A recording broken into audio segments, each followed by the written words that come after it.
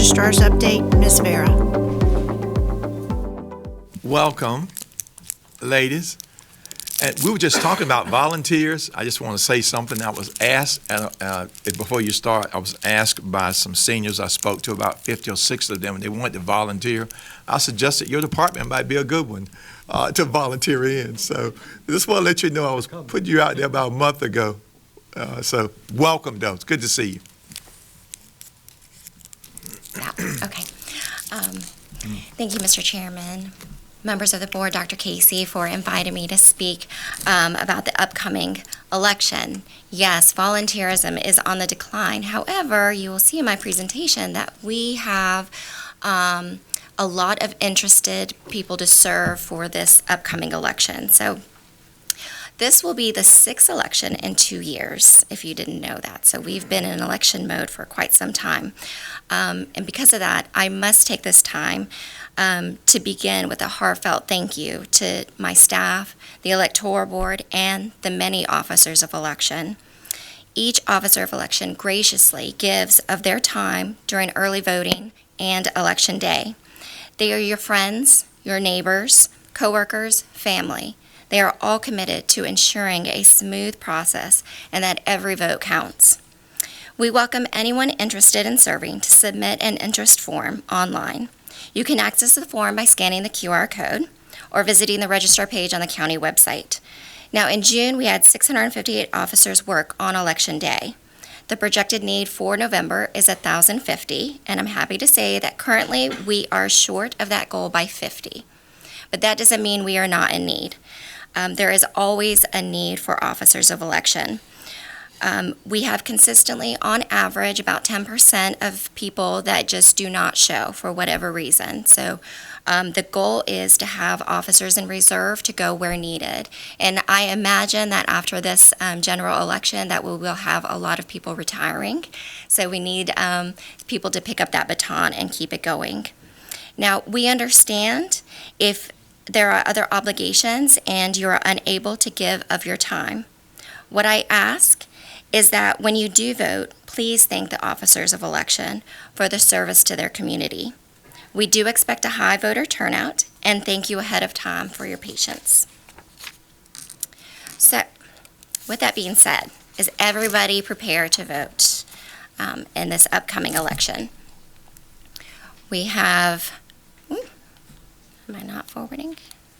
There we go. Okay.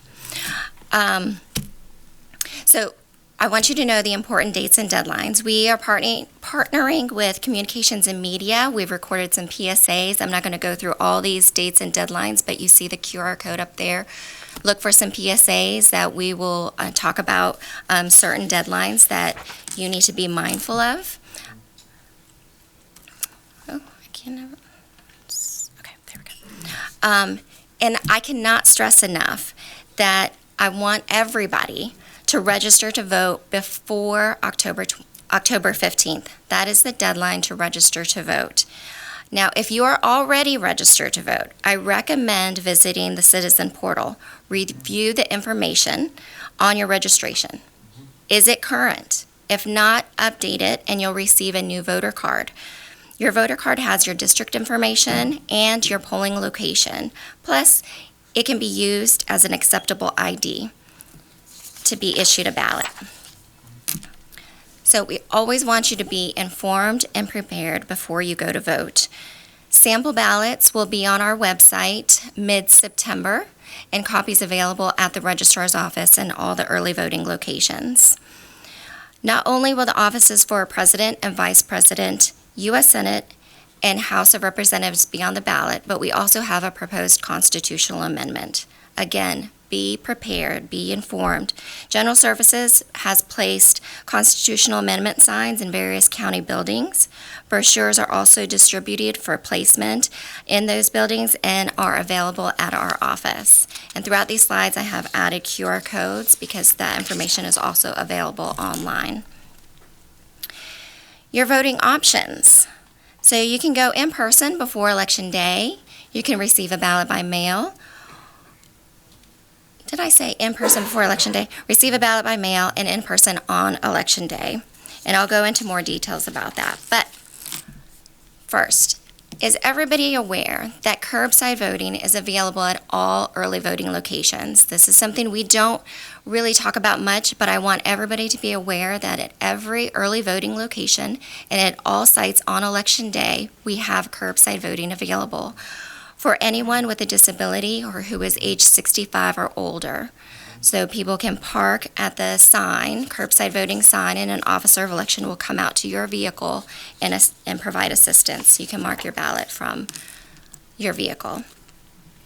So let's talk about early voting, which begins in a few weeks. I can't believe it. I did disappear after the June election. I was so thankful to get out of the office and disappear, but now we're back and we are really in the thick of it, planning.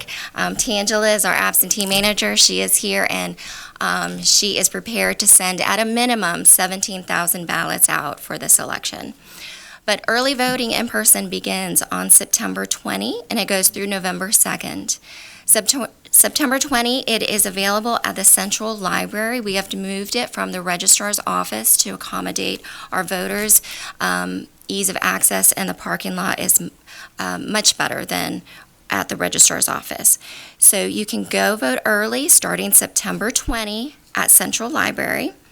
Hours of operation are 9 a.m. to 5 p.m. Monday through Friday, and we will also be open the 2 Saturdays before Election Day, 9 a.m. to 5 p.m. Now, additional early voting sites will be open starting October 21st. That's 2 weeks before Election Day. And those Central Library, of course, will remain open. And then we have 5 additional satellite locations at libraries: LaPrade Library, Meadowdale, North Courthouse Road Library, Edric-Matoaka, and Clover Hill Library. Those hours of operation will be 10 to 6, and then the 2 Saturdays, again, 9 to 5. Now, if you don't want to vote in person and you choose to receive an absentee ballot by mail, you can apply online. You can visit our registrar's office or complete an online application to submit by mail, fax, or email. And it must be received in our office by 5 p.m. October 25th to be processed. And we plan to mail ballots out between September 18 and September 20. Now, how do you return your ballot? Options for returning: you can return them in person. They must be placed in the ballot box located at all early voting locations during those voting hours.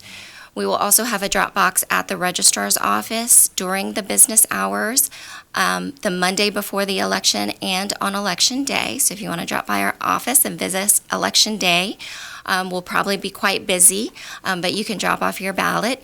And then on Election Day, every precinct will have a drop box. Now, you do not have to drop your ballot in your assigned precinct. If the closest precinct to you is LaPrade Library, but that's not your assigned precinct, you can still go in and drop your ballot off in that drop box. Or you can put it in the mail, but it must be postmarked on or before Election Day and received by noon in our office the Friday after the election. Now, 2023, the law changed, so there's no longer a witness signature needed for absentee ballots. The witness signature has been replaced by the last 4 of your Social Security number and your year of birth. So the statement of voter is required. Please read the instructions carefully. You need to provide your full name, your residence address, that last 4 of your social, year of birth, and sign and date.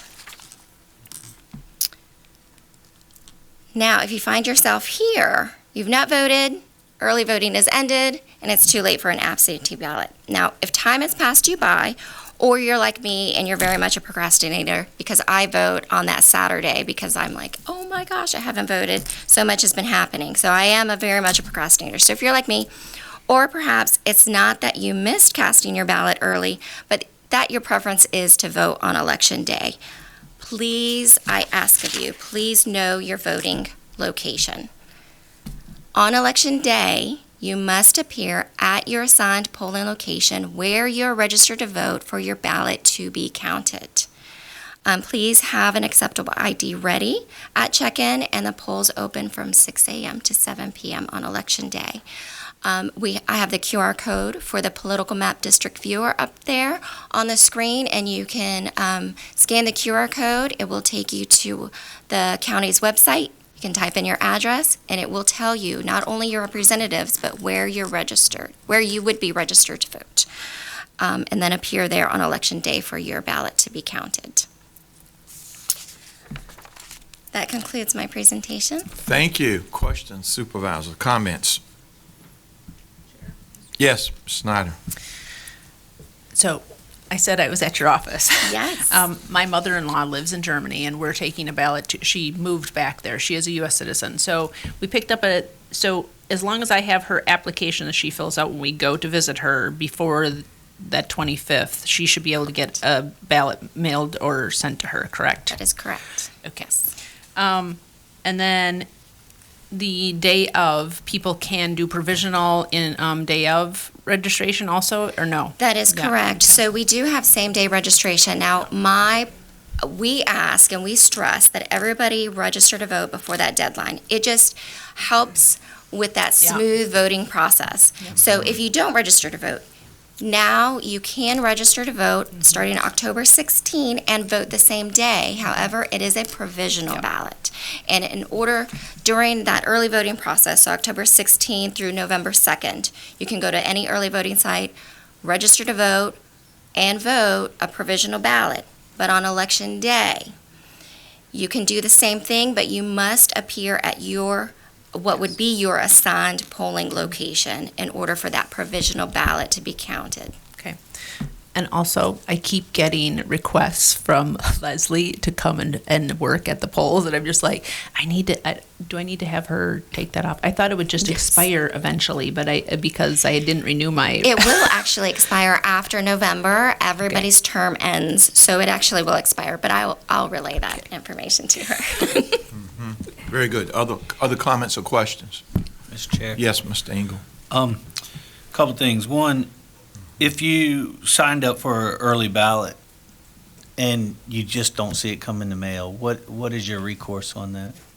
If it's lost or you just didn't receive it, during early voting, so there's two separate things. During early voting, if you come to vote at a library, you can say, I lost my ballot, or I never saw it. You will be asked to fill out what we call a goldenrod form, and you're going to be asked to sign it attesting to I lost or did not receive the ballot, and then you will be issued a ballot to vote. But on election day, you will be required to vote a provisional ballot. Okay. And I don't think any of these things happen in Chesterfield, but for people that do think that somebody else voted their vote in the past in other jurisdictions, because I don't remember ever seeing that in Chesterfield, but I have seen people make that statement. If they ask for a early voting ballot, it's mailed to them, they have it in their hand, then it becomes impossible for somebody else to vote their vote, correct? Or unless they somehow somebody went and tried to identify themselves as you and said they never Right. received it. Other than Yes. that, they can't do that, right? That is correct. Now, I will say, our officers of election are, it could be that they may have, a lot of times it happens with juniors and seniors. So they will check in the junior when it was supposed to be senior. In that case, they'll say, well, somebody already voted for me. That wasn't the case. It was human error. And that's the only time I've ever seen somebody else vote. In which case, what happens is a provisional vote is cast. We do our research. We do our due diligence to research the validity of that person's registration. And we recommend to the electoral board to count their ballot. But no, it has not happened in Virginia that somebody else has tried to vote for somebody else. And I appreciate your statement on you can bring your early vote ballot back to any early voting location or to, actually you said even on election day, to any location. Even on election day, yes. To that is turn correct. it in, because if you request your ballot early and you have it in your hand, you control your vote.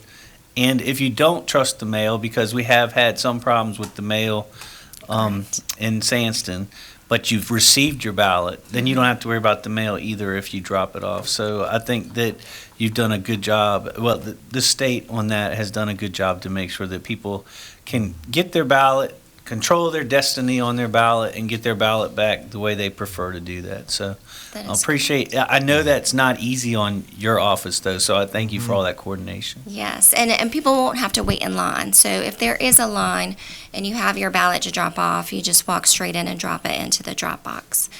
So, and I was just asked by Channel 12, what do you recommend for absentee ballots? When should they mail them back? Because we have had issues with the mail before, but my recommendation is as soon as you get it, mark it and bring it back, whether that be drop it in the mail or bring it to our office and put it in the drop box or any one of the other voting locations.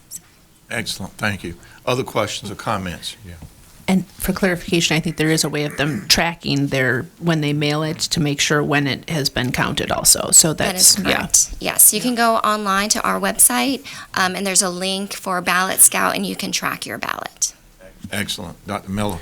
This is just a question I have around, if you've already voted, then does that stop all the phone calls, emails, and stuff like that? Do they still come in? Is there some way that gets reported that you've already voted?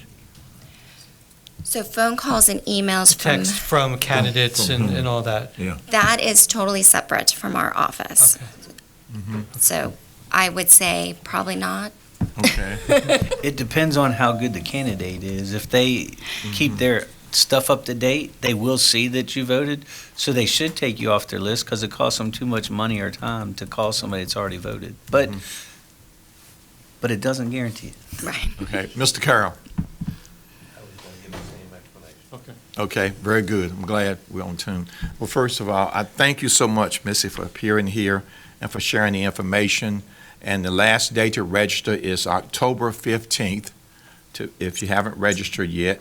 And of course, you can, how about signage at the library, central library? Do we have adequate signage so citizens can know where to go and how to go? It's a relatively larger building. Yes, We have the plan is to increase the signage at Central Library. Okay, very good, thank you.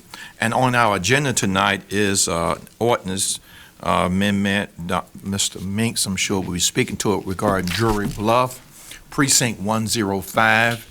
We're doing an amendment to the county code 7-3 for the boundaries to change the polling place location to Jury's Bluff, voting precinct 105. Anything you want to share on that, Mr. Minks, or you okay? Yeah, just, it is a Item B, so public hearing tonight. public hearing. Public hearing tonight, okay, I just want to note that. But And it's moving, it would be moving from the elementary school to Bensley Community Center. Community Center. Thank you. And it's less than a mile. Okay. Yes, so it's about a 3-minute drive, if you. Very good. Thank you for that. Yeah, so, no problem. Anything else we can do as a board to assist you, where I know you talked about the volunteers and the number 50. Is there anything we can do to assist you from a county employee-based point of view? And that's something we may think about. I know a lot of county employees volunteer at Dr. Casey on election day and others. If there's something you think we can do to assist you in having this run as smoothly as possible, we'd love to hear that at any time that day.